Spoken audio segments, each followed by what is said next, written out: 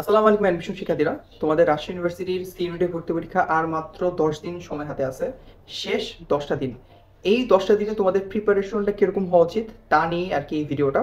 তার আগে যদি বলি, তোমাদের অলরেডি কৃষি উচ্চ ভর্তি পরীক্ষাটা শেষ হয়েছে। অনেকেরই পরীক্ষা মন মতো হয় নাই, তার একদম ভ্যালিড রিজনও ছিল যে কোশ্চেন আউট অফ সিলেবাস আসছে। এখন আউট অফ সিলেবাস কোশ্চেন আসে, প্রতি বছরই আসে। বিভিন্ন ইউনিভার্সিটি ভর্তি পরীক্ষাও আসতেছে, যেহেতু শর্ট সিলেবাস ওরা বাইরে থেকে এক দুটো প্রশ্ন দেয়। বাট এবার কৃষি গুচ্ছে প্রায় মানে 15 থেকে 20টার মতো প্রশ্নের বাইরে থেকে দিয়ে দিচ্ছে, যার কারণে তোমরা অনেকেই পরীক্ষা হলে গিয়ে কনফিউজ হয়েছো, পারো নাই, যেটার জন্য আর কি অনেকেরই মন মতো পরীক্ষাটা হয়নি। কিন্তু সামনে তোমাদের এখনো একদম গুরুত্বপূর্ণ একটা পরীক্ষা, রাজশাহী ইউনিভার্সিটি ভর্তি পরীক্ষা রয়ে গেছে। এখানে কিন্তু খুব ভালো ভালো ডিপার্টমেন্ট আছে, ভালো ভালো সাবজেক্ট আছে। যদি চান্স পাও, ভালো করে পড়লে ইনশাল্লাহ তুমি চান্স পাবা, এবং চান্স পেলে খুব ভালো একটা সাবজেক্ট তুমি পড়তে পারবা। ঠিক আছে, সো এইটা তোমাদের টার্গেট রাখা উচিত। আর কিভাবে মানে 10 দিনের প্রিপারেশন কি হবে তার আগে কিছু কথা আমি বলে নিচ্ছি। যেমন, তোমাদেরকে প্রতিবারই ভিডিওতে বলা হয় যে স্কিপ করা মেন্টালিটি অর্জন করা খুব জরুরি। তোমার কোশ্চেন আউট অফ সিলেবাস যেগুলো আসতেছে সেগুলো তোমাকে কখনো চান্স পাবে না। চান্স পাবে যেসব প্রশ্ন তোমার পরীক্ষার একদম তোমার সিলেবাস থেকে আসছে, যেগুলো ইজি কোশ্চেন আসছে, সেগুলো তোমার চান্স পাবে। 80টা ধরো, তোমার রাজশাহী ইউনিভার্সিটি ভর্তি পরীক্ষার প্রশ্ন হচ্ছে 80টা। এখন 80টার মধ্যে তোমার ধরো 20টা প্রশ্ন অনেক কঠিন আসছে, কিন্তু তোমার 60টা প্রশ্ন ওরা ইজি দিবে। বা ধরলাম 30টা প্রশ্ন অনেক কঠিন আসছে, বাট বাকি 50টা প্রশ্ন ইজি দিবেই, দিতে বাধ্য। একটা ইউনিভার্সিটির ভর্তি পরীক্ষা অলওয়েজ 70% কোশ্চেন অলওয়েজ ইজি রাখে। যদি কোশ্চেন কঠিনও করে, 30% কোশ্চেন হতে ইজি করবে, কঠিন করবে, অনেক কঠিন করবে। বাট বাকি 70% প্রশ্ন যাতে তোমার প্রত্যেকে অ্যান্সার করতে পারো সেরকম প্রশ্ন করবে। সো ধরো 80টার মধ্যে 55টা হয়তো খুব ইজি করবে, বাকি 25টা অনেক কঠিন করবে, এবং সেটা মিক্স করে দিবে, চারটা সাবজেক্টের মধ্যে মিক্স করে দিবে। এখন এই প্রশ্নগুলো দেখে তুমি যদি ভয় পেয়ে যাও, তাহলে তো ভাই তো হবে না। তোমাকে ওই প্রশ্নগুলো জাস্ট স্কিপ করতে হবে। বাইরে সিলেবাসের প্রশ্ন দেখছো, স্কিপ, দরকার নেই। আগে ইজি প্রশ্নগুলো দাগানো, ইজি আগে 40 থেকে 50টা দাগাই নিবা। দেন তুমি তোমার মতো করে কঠিন প্রশ্ন যদি এক দুটা পারো, দেন অ্যান্সার করবা। না পারলে দরকার নেই, নেগেটিভ মার্কিং এর দরকার নেই। এইটা হওয়া উচিত তোমাদের প্রত্যেকটা স্টুডেন্টের স্ট্র্যাটেজি।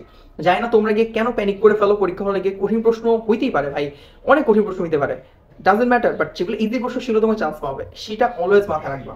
এবার আসো শেষ 10 দিন তোমার প্রিপারেশন কিরকম হওয়া উচিত। এখন তোমরা অলরেডি অনেক পড়াশোনা করে ফেলছো, তোমরা একটা বইয়ের টপিকসগুলো পড়ছো, তোমরা অ্যানালাইসিস ভিডিও থেকে টাইপগুলো পড়ছো, তোমরা কোশ্চেন ব্যাংকও হয়তো কম বেশি কিছু পড়ছো, তো না পড়লেও সামনে 10টা দিন এভাবে তুমি পড়বা। এখন তোমার কাজ হবে, এখন এই সময়টার মধ্যে রাজশাহী ইউনিভার্সিটি সি ইউনিটের লাস্ট 15 বছরে আসা যে প্রশ্নগুলো আছে না, সেগুলা জাস্ট ধরে ধরে ধরে ধরে সলভ করো।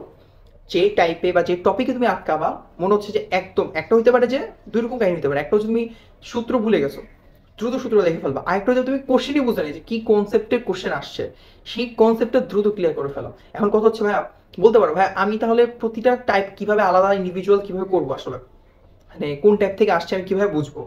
একদম ইজি জিনিস, আমি আমার ডেসক্রিপশনে তোমাদের জন্য রাজশাহী ইউনিভার্সিটিতে আমি যে অ্যানালাইসিস ভিডিওটা বানিয়েছি টাইপ অ্যানালাইসিসের বা টপিক অ্যানালাইসিসের, সেটার লিঙ্ক দিয়ে দিচ্ছি। সহজ ভাষায় একদম এই টাইপগুলো ধরে ধরে ধরে ধরে তুমি কোশ্চেন সলভ করো, কোশ্চেন পড়ো। এখন আর ওই ফার্সির প্রশ্ন ব্যাংকও আমি বলবো না যে এই টাইপগুলো থেকে পড়তে দরকার নেই, সময় এত সময় অনেকেই দেখছি যে এটা পড়তে গিয়ে কোশ্চেন ব্যাংক সলভ করতে পারে না। তুমি প্রশ্ন ব্যাংকটা সলভ করো, প্রশ্ন ব্যাংকটা সলভ করো। রাজশাহী ইউনিভার্সিটি এক্সামের কোশ্চেনের প্যাটার্ন কিন্তু দুরকম হয়, একটা হচ্ছে ওরা থিওরি প্রশ্নটাও দেয়, সাথে হচ্ছে আবার রিটেনের মানে ম্যাথ টাইপ বড় ক্যালকুলেশন ম্যাথগুলোও দেয়। অর্থাৎ এরকম হবে না যে তোমার থিওরি প্রশ্ন না পড়লে হবে, এরকম না, থিওরি প্রশ্নও পড়তে হবে, তোমার রিটেন মানে লেখা ম্যাথ টাইপ যে প্রশ্নগুলো সেগুলো সলভ করতে হবে। এখন রাজশাহী ইউনিভার্সিটি ভর্তি পরীক্ষাটা একটু ডিফারেন্ট বাকি ইউনিভার্সিটি থেকে। যেমন তোমার 80টা প্রশ্ন অ্যান্সার করতে হচ্ছে 60 মিনিটের মধ্যে, প্রতিটা প্রশ্ন মার্ক হচ্ছে 1.25 মার্কস, ঠিক আছে, এবং নেগেটিভ 0.25 করে। এখন তোমার একটা মানে দুটা ভাগে ভাগ করছে ক বিভাগে, যেমন তোমার ফিজিক্সের 25টা, কেমিস্ট্রি 25টা, আইসিটি 5টা, এরকম টোটাল 50টা কোশ্চেন অ্যান্সার করা লাগে প্রথম পার্টে, ঠিক আছে। এবং দ্বিতীয় পার্টে দেখলাম যে বায়োলজির, হ্যাঁ বায়োলজির 25টা থাকে, ম্যাথের 25টা থাকে, আর দুইটা কম্বাইন মিলে 25টা অ্যান্সার করা লাগে। সো ওইখানে 50টা তোমার দাগাইতেই হবে, আর এখানে তোমার ধরো যে 55টা তোমার দাগাইতেই হবে, আর এদিকে মানে তোমার 25টা, যে কোনো 25টা তুমি দাগাবা। একটা হচ্ছে বায়োলজি 25টা লাগাইতে পারো, অথবা ম্যাথ 25টা লাগাইতে পারো, অথবা বায়োলজি এবং ম্যাথ মিক্স করে কম্বাইন করে প্রতিষ্ঠানে দিতে পারো। ঠিক আছে, এখন এটা তো বলা অপেক্ষা রাখে না বায়োলজি না দাগাও তাহলে বায়োলজি রিলেটেড কোনো সাবজেক্ট পাবা না, ম্যাথ না দাগালে ম্যাথ রিলেটেড কোনো সাবজেক্ট পাবা না, যদি মিক্স দাগাও দুইটাই একসাথে দাগাও তাহলে তুমি সব সাবজেক্টই তুমি পাবা, ইঞ্জিনিয়ারিং হোক নর্মাল সায়েন্স ফ্যাকাল্টি হোক সব সাবজেক্ট তুমি পাবা। আর এটা তোমার উপর ডিসাইড করতে হবে ভাই তুমি কি করতে চাও। তুমি যদি বায়োলজিতে খুব ভালো হও, ম্যাথে খারাপ হও, দরকার নেই ম্যাথ অ্যান্সার করার, জাস্ট বায়োলজি অ্যান্সার করো। তুমি যদি ম্যাথে খুব ভালো হও, বায়োলজি একদম পারতেছো না, দরকার নেই বায়োলজি অ্যান্সার করার, ম্যাথ অ্যান্সার করো। আর যদি তোমার মনে হয় আমি কনফিডেন্ট আমি বায়োলজি ম্যাথ দুটোই খুব ভালো পারি, আমি প্রতিষ্ঠার মধ্যে যেমন হোক আমি 20টা শিওর পারবো, এটা যদি তোমার মধ্যে কনফিডেন্স থাকে go for biology and math, তুমি সব সাবজেক্ট তোমার অ্যালো হবে তোমার জন্য। ঠিক আছে, আর ওইদিকে তোমার হচ্ছে হলো ফিজিক্স কেমিস্ট্রি হলো আইসিটি, এটা তোমার 55 নাম্বার তোমার পাইতেই হবে, মানে অ্যান্সার করতেই হবে তোমার। এখন তোমার চান্স পাইতে গেলে কত নাম্বার টার্গেট করতে হবে ভাই, চান্স পাইতে গেলে তোমাকে অবশ্যই 70+ টার্গেট নিয়ে পরীক্ষা দিতে হবে, 70 থেকে 75। আমি অলওয়েজ বলি টার্গেট অলওয়েজ হাই স্ট্যান্ডার্ড রাখবা, যাতে করে তোমার ওইটা কভার আপ না হইলেও যেটা এমন একটা রেঞ্জে আসছে যাতে তুমি ইজিলি চান্স পাবা। তোমার টার্গেট থেকে 75+, ঠিক আছে, 70+ চান্স মার্ক পাওয়ার জন্য তোমাকে অবশ্যই 56টা কারেক্ট করতে হবে, 56টা এমসিকিউ। 80টার মধ্যে 56টা মানে তুমি যদি 24টা তুমি জাস্ট না দাগাও, 56টা কারেক্ট করে দিয়ে আসো, দেন ইউ গেট আনসার, তুমি ইজিলি টপ পজিশনে চান্স পাবা, টপ পজিশনে চান্স পাবা 70+ যদি তুমি অ্যান্সার করে দিয়ে মানে কারেক্ট করে দিয়ে আসতে পারো। মোটামুটি ধরো 65+ নাম্বার থাকলে ইজিলি চান্স পাওয়া যায়। প্রশ্ন যদি খুব বেশি ইজি হয়ে যায় তখন হয়তো একটু 67, 68, 69 লাগতে পারে, বাট প্রশ্ন মানে নর্মাল ওয়াইজ 65 থেকে 70% নাম্বার লাগে চান্স পাওয়ার জন্য। সো তোমার টার্গেট থাকে ভাই যেমনি হোক 70+ নিয়ে আসা, 70+ অথবা 75+, যত বেশি রাখতে পারো। তার মানে তোমার 56টা তুমি কারেক্ট করলে তুমি ইজিলি 70+ নাম্বার পাবা। তুমি যে 58টা বা 59টা টার্গেট করছো, 59টা যদি কারেক্ট করে দিয়ে আসো তুমি 75+ নাম্বার পাবা। ঠিক আছে, সো টার্গেটটা এরকম হওয়া লাগবে, মানে তুমি যদি আরো 20টা জাস্ট না দাগাও, 20টা কোশ্চেন বা 24টা প্রশ্ন না দাগাও, তুমি তাও টপ পজিশন পাবো। 24টা কিন্তু অনেক প্রশ্ন, 24 প্রশ্ন না দাগাও তুমি চান্স পাবো। এখন কথা হচ্ছে ভাই অনেকে বলো ভাই আমার আইসিটিতে অনেক প্রবলেম, আইসিটিতে কিছুই পড়ি নেই, কলেজে তো খুব একটা পড়ি নেই, এখন তো অ্যাডমিশনের জন্য পড়ি নেই, কি করবো? আইসিটির জন্য এত প্যারা খাওয়া দরকার নেই, জাস্ট ওদের প্রিভিয়াস 10 বছর 15 বছর আইসিটি যে প্রশ্ন আছে অ্যানালাইসিস করে জাস্ট ওটা পড়ে ফেলো, দরকার নেই ভাই এত প্রেশার নাও আইসিটি নেই। ওই প্রশ্ন প্রিভিয়াস এর প্রশ্নগুলো পড়ে একটু অ্যানালাইসিস করে পড়লে তুমি 5টার মধ্যে ইজিলি 2টা 3টা পারবা, ইজিলি পারবা। এটার মধ্যে কোনো মানে ঝামেলা নাই, কোনো সমস্যা নাই, জাস্ট এমনি পারো তুমি। ঠিক আছে, এইটা তোমার টার্গেট হওয়া উচিত।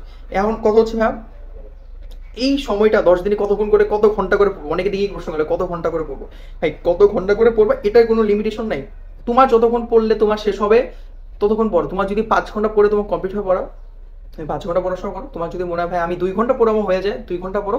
তোমার যদি মনে হয় আমার 10 ঘন্টা পড়াশোনা করতে লাগতেছে শেষ করার জন্য 10 ঘন্টা করো। তোমার যদি মনে হয় আমার 12, 13, 14 ঘন্টা করা লাগে দেন করো। এটা এক একজনের মেধা মানে তার ক্যাপাসিটির উপর ডিপেন্ড করে যে সে কত ভালো নিতে পারে, কত দ্রুত বুঝতেছে, কত ভালো নিতে পারতেছে। আর দয়া করে এই সময়টার মধ্যে বেশি বেশি প্রশ্ন সলভ করো, প্রশ্ন সলভের বিকল্প নাই, কোশ্চেন ব্যাংক সলভ করার বিকল্প নাই। তোমাকে চান্স পাবে আবারও বলছি ইজি প্রশ্ন অ্যান্সার করা, তোমাকে কখনোই এই আউট অফ সিলেবাস প্রশ্ন বা কঠিন প্রশ্নকে একটা কারেক্ট করে দিয়ে আসতে তোমাকে চান্স পাওয়া না। তুমি সহজ প্রশ্ন যদি ভুল না করে সবগুলো সুন্দর কারেক্ট করে দিয়ে আসো, তুমি টপ পজিশন পাবা, ইজিলি টপ পজিশন পাবা। আর তুমি কঠিন প্রশ্ন নিয়ে বসে থাকো, তোমার সহজ প্রশ্ন অ্যান্সার করতে পারতেছো না, জাস্ট ওইখানেই দেখবে যে তোমার অনেক পিছিয়ে গেছো। তো তোমাকে পিছিয়ে যাওয়া যাবে না, যেটা এগ্রি করছো অনেকে ভুলটা করছো, দয়া করে এই ভুলটা রাজশাহী ইউনিভার্সিটিতে করো না। রাজশাহী ইউনিভার্সিটির প্রশ্ন অনেক স্ট্যান্ডার্ড হয়, স্ট্যান্ডার্ড প্রশ্ন হয়, ইজি হইতে পারে, বাট স্ট্যান্ডার্ড প্রশ্ন বলতে হচ্ছে হলো যে প্রশ্ন তোমাকে মাথা কাটা অ্যান্সার করতে হবে। ঠিক আছে, তো মাথা কাটা যদি অ্যান্সার করতেই হয় অবশ্যই তোমাকে ওই একদম মুখে তুলে দিবে না প্রশ্নটা, একটু মাথা কাটা অ্যান্সার করতে হবে, থিওরি প্রশ্ন মাথা কাটা অ্যান্সার করতে হবে, রিডের মানে ম্যাথ টাইপ প্রশ্ন মাথা কাটা অ্যান্সার করতে হবে। তো অবশ্যই অবশ্যই সেইটা মাথায় রেখে অ্যান্সার করবা। ঠিক আছে, সেইভাবে প্রিপারেশন নাও, যত সময় লাগে পড়ো, শেষ 10 দিন ভাই নিজের সবটুক দিয়ে দাও। কি দরকার, এই 10টা দিন যদি তুমি বেস্ট প্রিপারেশন নিয়ে পরীক্ষা দাও, তুমি হয়তো ভালো একটা সাবজেক্ট পাবা, চান্স পেয়ে যাবা। তোমার লাগবে যে লাইফে আরো প্যারা আসবে, ভার্সিটি উঠলে সমস্যা শেষ নেই, কিন্তু সেই সমস্যাটা তুমি তখন তোমার যোগ্যতা দিয়ে ইজিলি সলভ করে ফেলতে পারবা। যেটা তোমাকে এখন ইম্পর্টেন্ট হচ্ছে একটা জায়গায় চান্স পাওয়া, যে তোমার সেই টার্গেটটা থাকে ভাই আমি চান্স পাইতে চাই, তো অবশ্যই তোমার এই কষ্টটা দিন একটু ভালো লেভেলে কষ্ট করতেই হবে। কারণ তুমি জানো যে তোমার হাতের সময়ও নাই, 10 দিন আছে, এটাই একদম বলতে গেলে যে খুব ভালো একটা রিনাউন্ড ইউনিভার্সিটি, ভালো সাবজেক্ট আছে, ভালো কিছু করার স্কোপ আছে সামনে, জাস্ট গো ফর ইট, নিজের সবটুক দিয়ে তো বেস্ট রেজাল্ট।